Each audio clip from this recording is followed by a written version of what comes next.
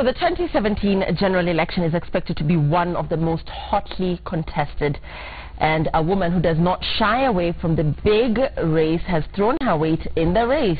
Rather, has thrown her weight in the ring. Nazaleen Omar is seeking to unseat the incumbent head of state. She's the only female presidential aspirant.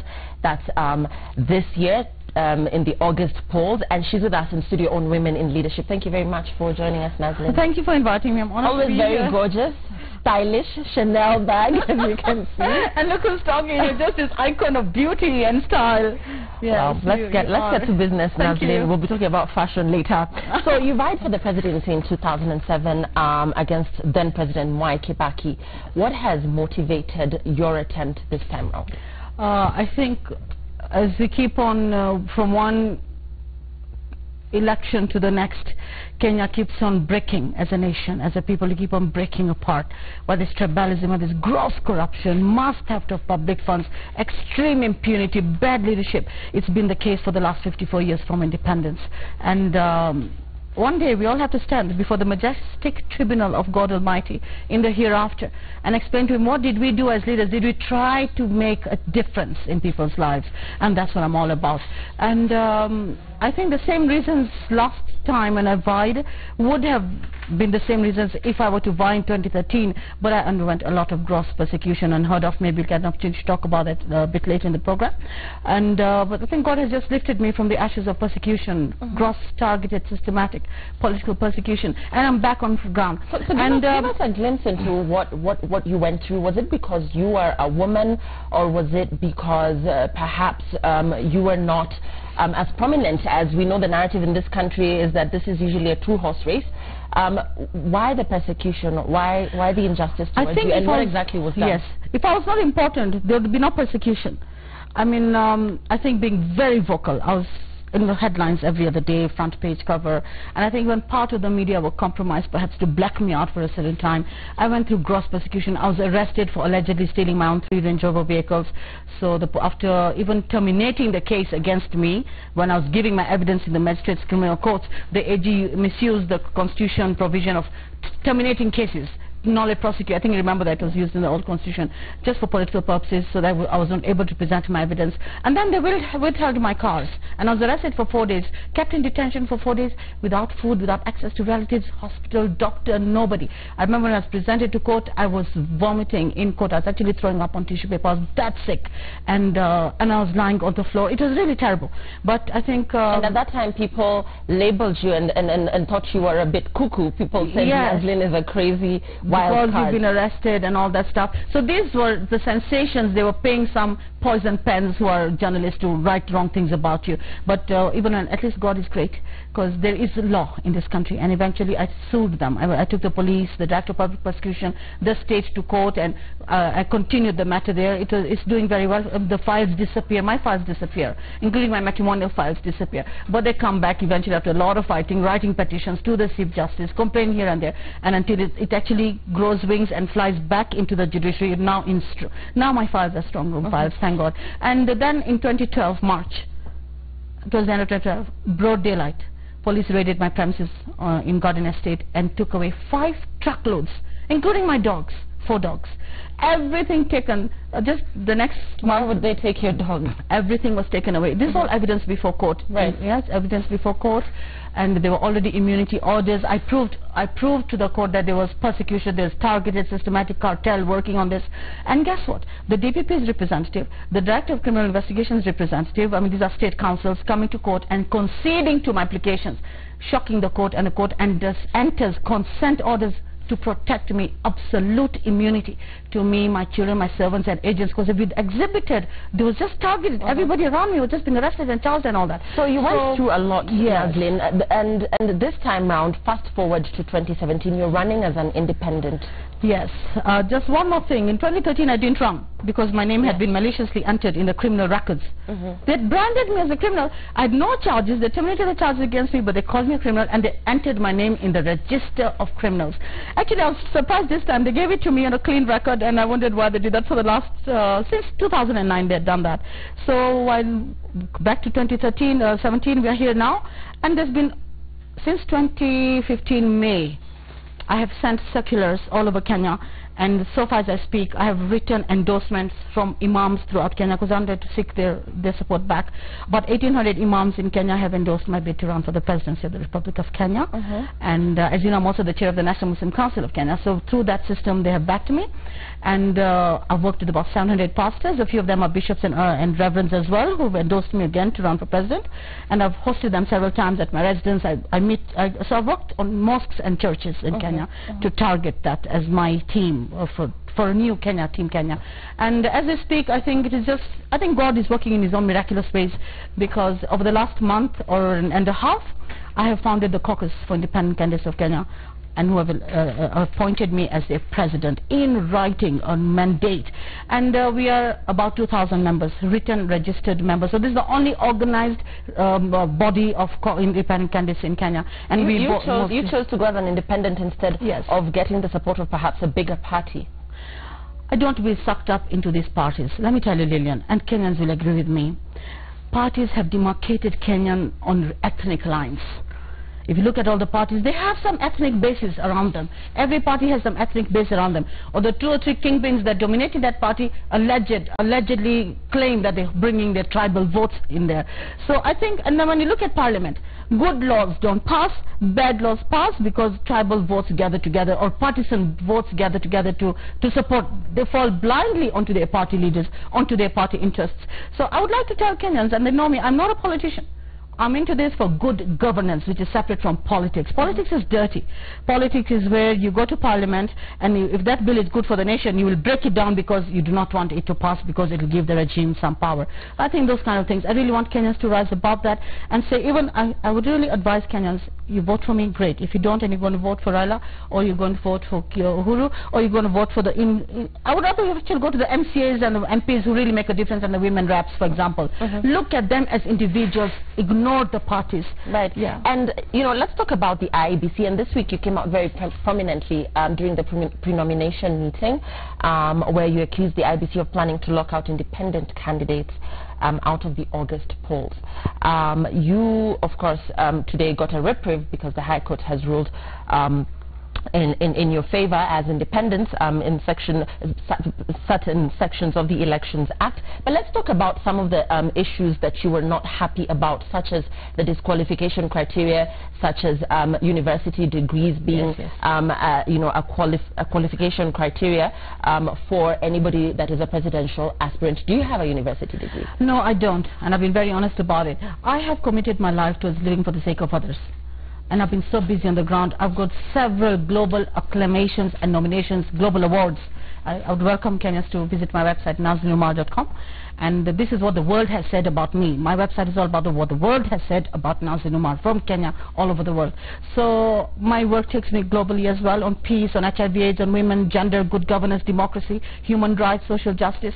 So for me, it's if you look at my school living certificate, which I've attached for delivery to the IBC on Monday, you can see clearly, even in school, I've got commendable school living certificate. I was the founder and the chair of the Wildlife Clubs, founder and chair of the debate, the arts, and I was frontline in the Kenya Music Festival Awards in Kiswahili verse speaking, and I fundraised to build our school typing hall and a library, for example. This is St. Teresa's High School, in Lee.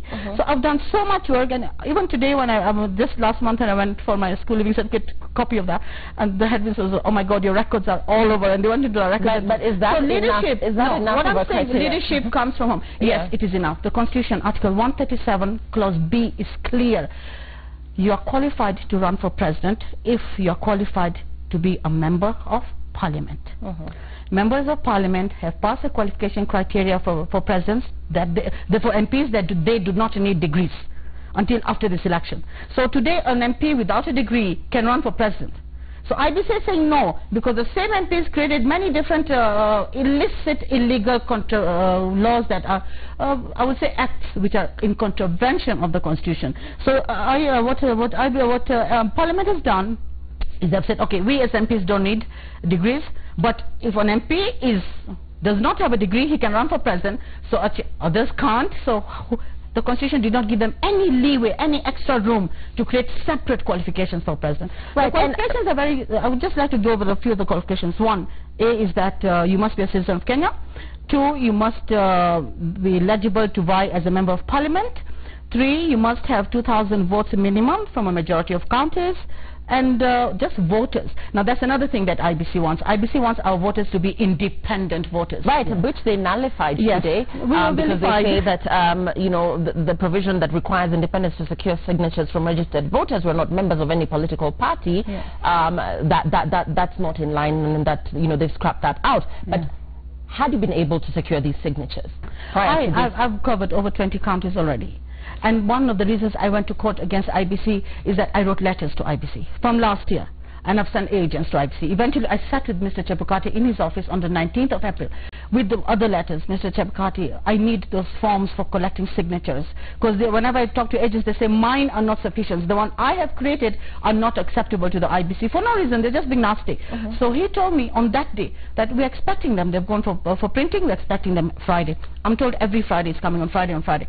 So when they started coming in, my other candidates were telling me, we've received the call, we've received them, they're not giving me. And I think then I wrote a letter to him to clarify some of these things, and he responded to me in the letter.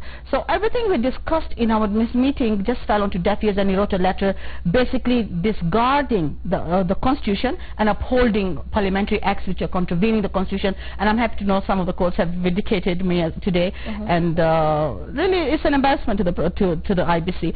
So this is why I moved to court to sell. So the court on the 18th of this month, which is the deadline when we're supposed to submit our forms as presidential candidates, support forms, ordered IBC during inter-party hearing. Now this was an ex-party hearing. IBC was called, ORPP was called. I was the AG has refused to interference in this matter. I think they're embarrassed because they cannot support any legalities, you know. So IBC was heard, and an order was given against IBC that the first respondent, being the IBC, is ordered to issue, and issue is bolded and underlined, to the petitioners the forms for collecting signatures. And we had argued it in court that there are 2 types of forms the IBC is expecting from us. One, they wanted an electronic one on a CD, or which had a software, and they had trained all the parties, and they had not trained any of the independent candidates in Kenya up to the MCA level, who are numbering 4,950 to be trained for the IT people to be trained on that system. And they did not give us the forms. So the court ordered them to issue IBC to issue me and the rest of the petitioners these support forms on the day of the deadline. So basically the deadline is gone and under, so I'm still just working. The case, again, the judge wanted to hear it the next day. He told the IBC officers, listen, important matter, work overnight. It's a very small petition, just the annexures are many because we wanted to show that evidence. And they said, no, we want time. They're given 3 days to serve me. They haven't, they've served in a week. So we're going back to court on the 5th of June. You're going back to court. The narrative in this country has been, and particularly this time round, is that this is a 2-horse race. We know that the NASA flag bearer is Raila Odinga, seasoned politician, and of course the incumbent President Uhuru Kenyatta. And therefore there's a general feeling that the independents stand very little chance against these 2 giants, for lack of a better word, because number one, you suffer low popularity, and secondly, because of your late entry into this race. It's not a late entry. I think maybe Citizen did not capture me earlier, and I've been here, I think, for the last 2 weeks. I appreciate and I thank Citizen so much for quite extensive coverage you've given me.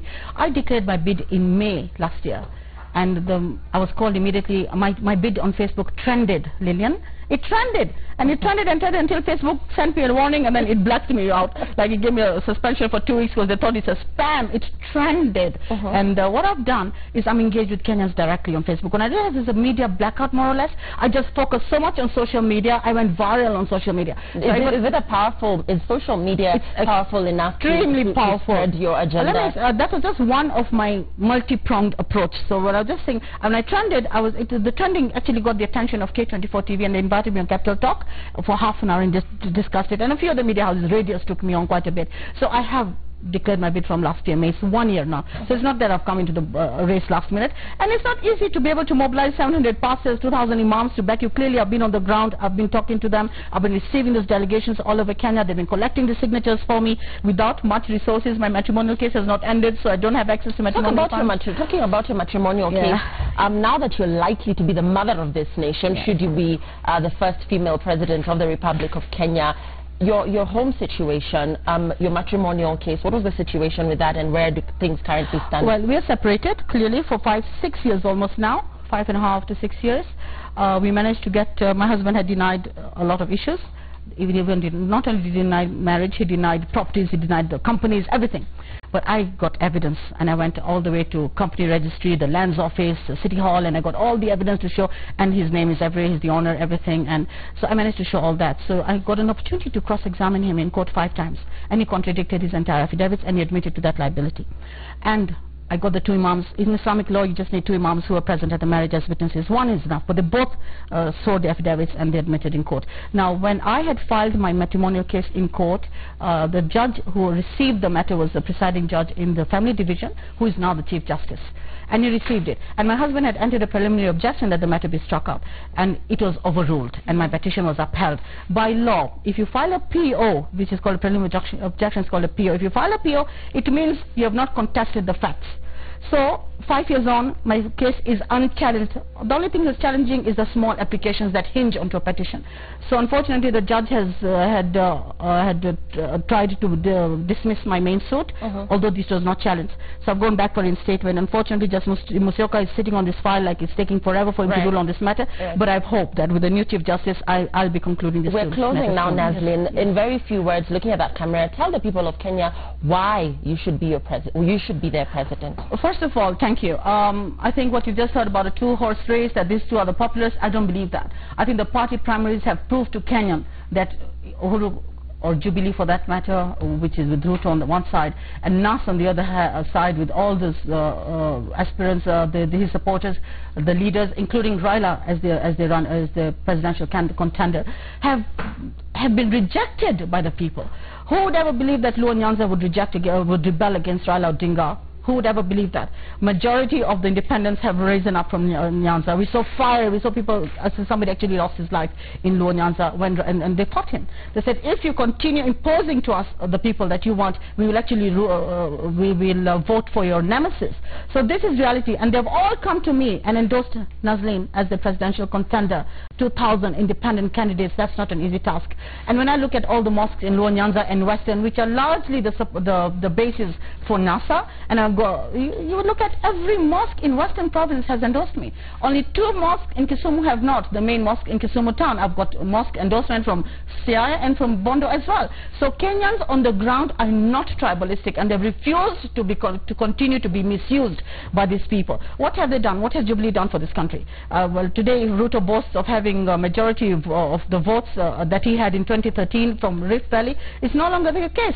All those MCAs, MPs, and everyone running as independent candidates have endorsed me. And the same thing goes for Nyeri. I've got the former mayor of Nyeri, James, has actually endorsed me to run for president, and I've got 66 MCAs from Kakamega alone who have endorsed me. I mean, that's fantastic. And so I think that is a good point to close so what on. I would like to close is that the difference between me and any other candidate, whether the incumbent or those who have been in power and want to take power today, is this. They have looted this country. All their hands are dirty. The opposition known as Raila Odinga and NASA or CORD or ODM are not an option for this country. They have been in the process and they've looted this country. All their CVs are dirty, Lillian, that's the truth. So the difference between me and them is that they have enriched themselves while looting you, and I have impoverished myself and taken my own money and built this nation. My projects are all over the nation, and that's the difference between me on Sunday. And them. Yes, campaign season kicks off Sunday. Wish you the very best. This is Naslin Omar, the very stylish, as you can see, Chanel bag, gold head to toe. Thank you very much for joining us. I knew I'm going to look at you today. I had to really work over backwards to times. I'm going to be with Lillian Muli. You look lovely. This is Naslin Omar. Will you give her your vote should she be cleared to run as a presidential candidate in the August polls? Let us know. Use the SMS number 22422. We'll be back with the sports.